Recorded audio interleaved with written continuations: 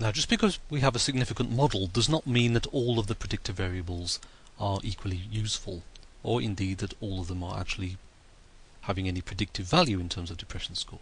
So this table, coefficients, allows us to examine how useful each individual predictor variable is and what contribution each one makes towards our model and towards our prediction and explanation of the variance in depression score.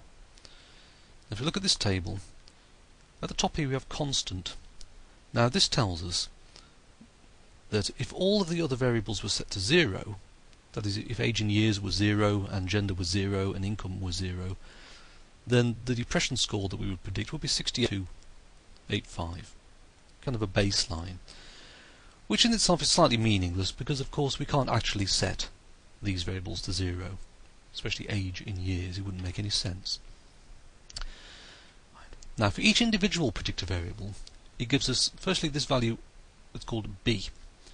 Now basically this is the slope of the line. So if you imagine a correlation being plotted, as a scatter plot being plotted between age and depression, we'd find that as age goes up, the depression scores go down slightly. So for each increase in age, so in each extra year, we would see depression decreasing by 0.16 of a point. Now gender, now remember male was 0, female was 1, so it's a positive slope.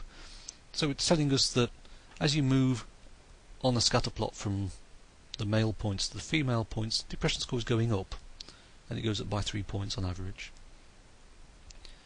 Now in terms of income, as income goes up by £1, depression score decreases by 0.09 of a point.